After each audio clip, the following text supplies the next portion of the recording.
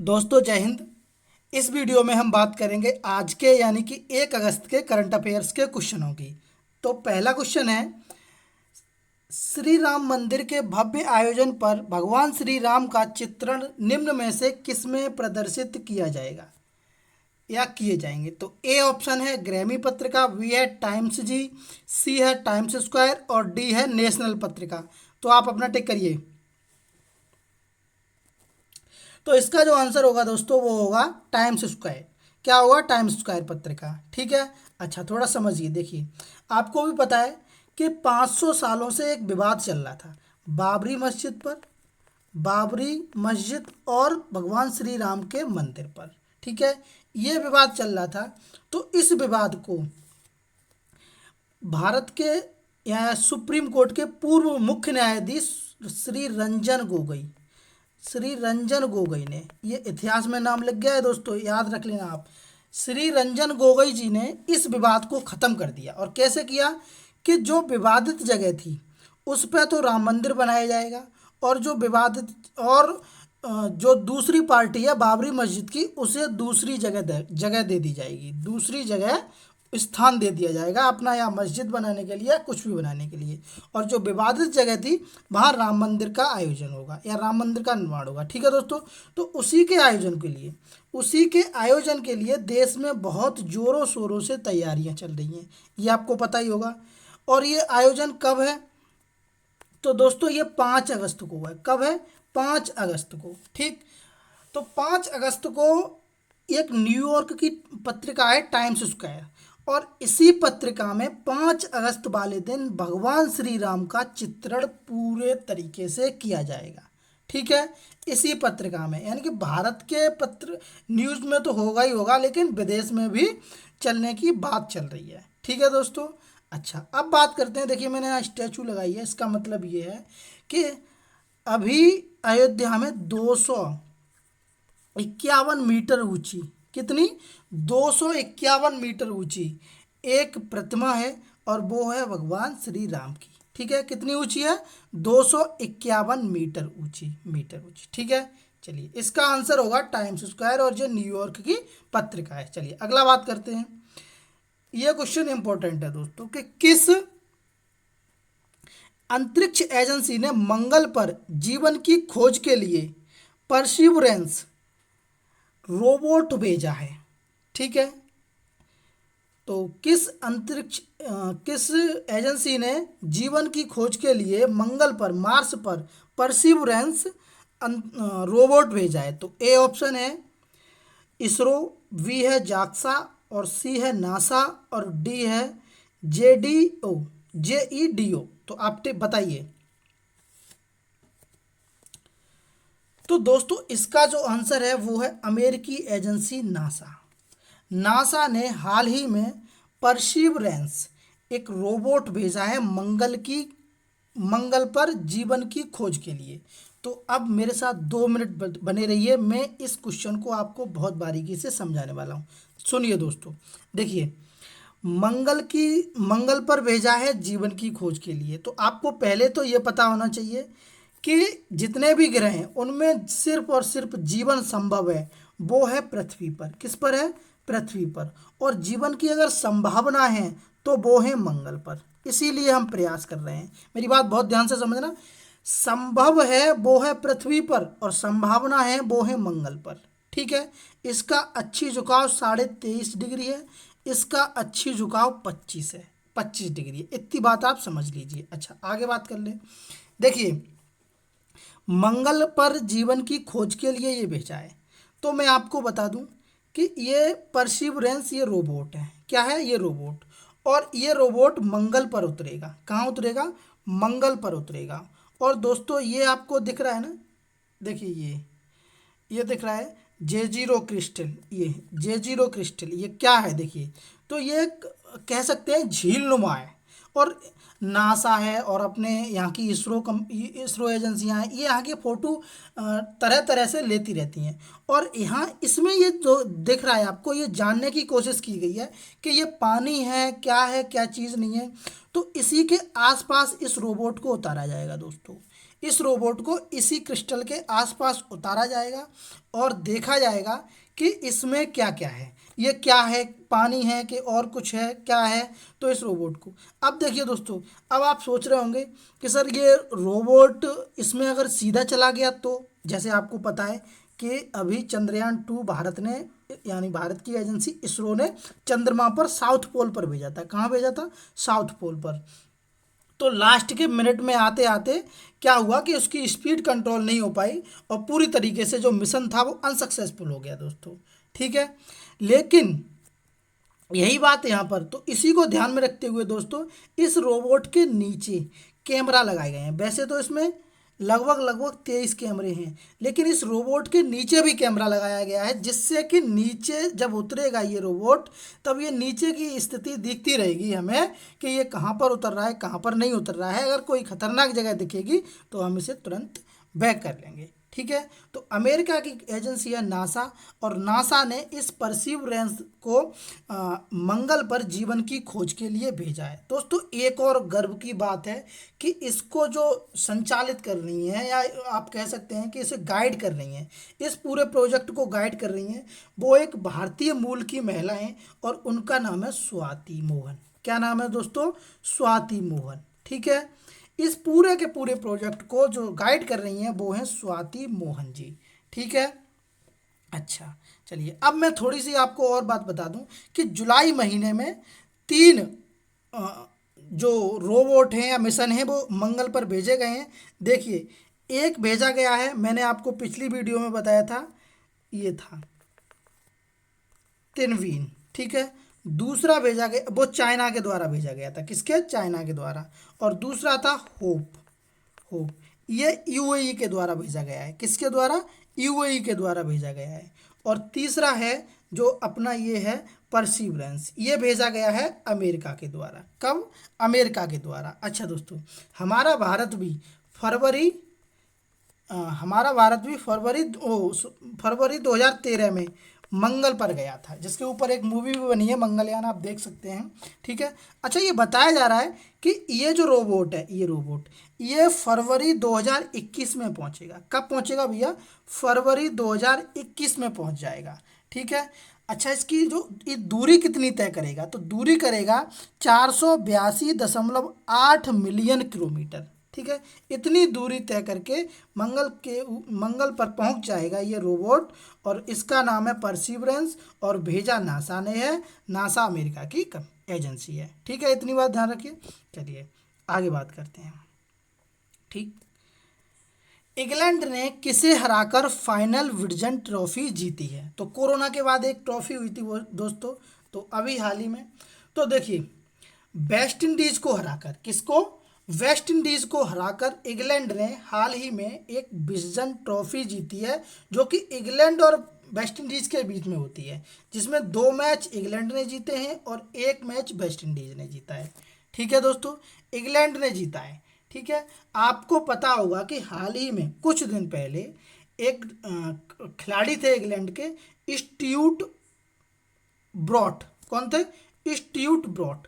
और इन्होंने 500 विकेट लेके अपना कीर्तिमान हासिल किया था, और ये 7वें नंबर के खिलाड़ी बन गए थे जिन्होंने 500 विकेट लिए हैं। ठीक है, अच्छा और कौन कौन है? तो देखिए दोस्तों, एक तो स्टूअर्ट ब्रॉड बने हैं 7वें नंबर के, एक है मुथैया मुरलीधरन, एक है Shane Warne, Anil Kumble, James Anderson. ये सब 500 विकेट से अधिक वाले हैं, जो 500 विकेट से अधिक ले चुके हैं। ठीक है, इसका आंसर जो है वो है वेस्ट इंडीज।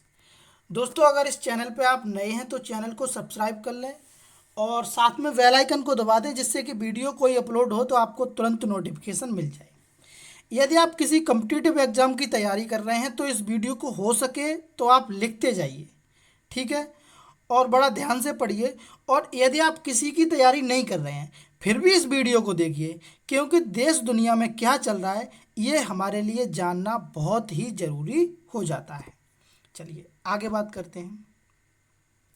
हाल ही में ऑस्ट्रेलियन पत्रकार ने किन 2 देशों के बीच गुप्त जैव हथियार सौदे का खुलासा किया है? बहुत इंपॉर्टेंट क्वेश्चन है दोस्तों। ठीक है, तो चलिए, ए ऑप्शन है भारत और अमेरिका, बी है रूस और भारत, और सी है चीन और पाकिस्तान, और डी है चीन और जापान। तो आप टिक करिए अपना।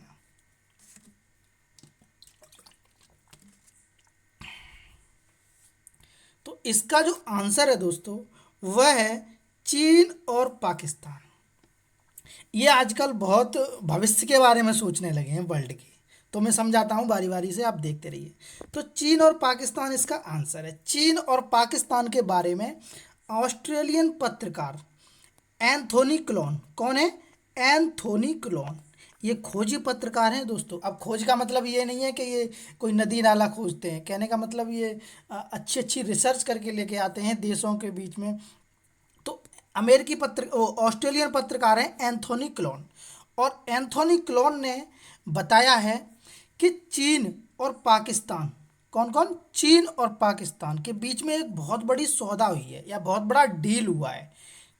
और क्या डील हुई है? गुप्त जैव हथियार का सौदा हुआ है। अब गुप्त जैव हथियार क्या होता है वो मैं समझाता हूँ। देखिए दोस्तों, हाल ही में आपको पता है कि देश में या पूरे विश्व में कोरोना चल रहा है। क्या?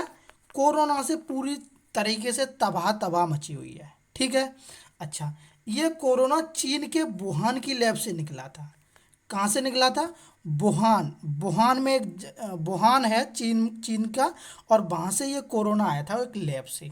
ठीक है, तो अमेरिका ने एक दावा किया था कि ये जो वायरस है वो बनाया गया है, एक जैविक हथियार के लिए बनाया गया है। तो हथियार देखिए, पहले हथियार समझिए आप। देखिए दोस्तों, हथियार दो तरीके के होते हैं, एक शस्त्र होता है और एक होते हैं अस्त्र। ये पहले का जमाना था, शस्त्र और अस्त्र होते थे, लेकिन आज के विश्व में चार हथियार हैं। देखिए, शस्त्र, अस्त्र, और एक है, और वो है आपका जैविक हथियार। कौन सा? जैविक हथियार। और एक है रासायनिक हथियार। ठीक है, यानी कि केमिकल से हम बना सकते हैं कुछ भी, और जैविक, किसी वायरस को लेके हम खोज करके उस वायरस पर रिसर्च करके हम किसी भी देश को या किसी भी चीज, किसी भी इंसान को तबाह कर सकते हैं। ठीक है, तो इन दोनों देशों के बीच में ये बात चल रही है कि ज़्यादा से ज़्यादा परेशानियों वाले जो परेशानियां हैं, या आप कह सकते हैं कि जितने खतरनाक से खतरनाक वायरस हैं उन पे ऊपर रिसर्च की जाए और उन्हें तैयार किया जाए।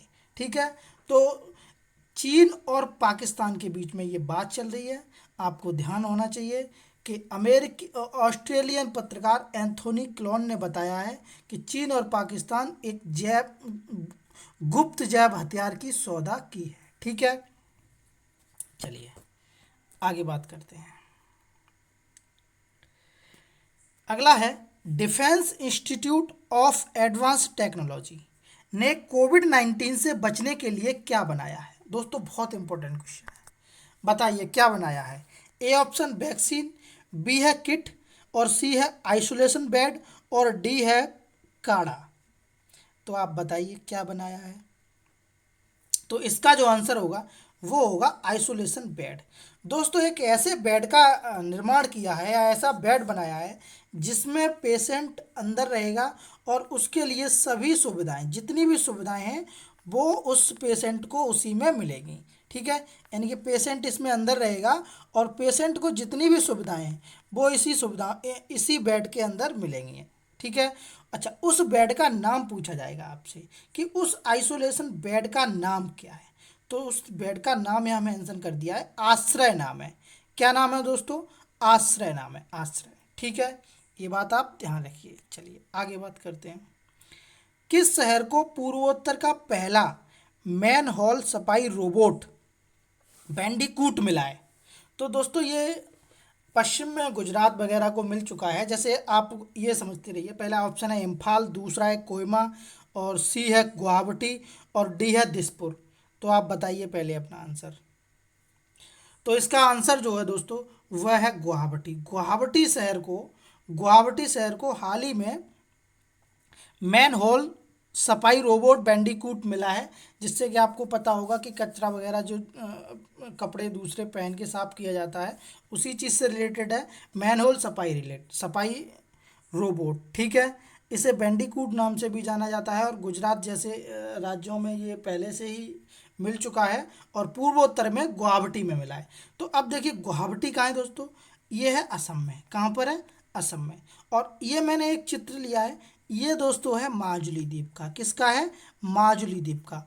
और जब जब असम की बात आती है तो माजुली द्वीप बहुत ही इंपॉर्टेंट हो जाता है। अब समझिए थोड़ी देर तक कि क्या है, पूरी एक तरीके से समझाता हूँ। देखिए ये मान लीजिए ये करके ऐसे करके ये ये ये अपना पूर्वांचल का भारत है ऐसे करके, ठीक है, ये वाला।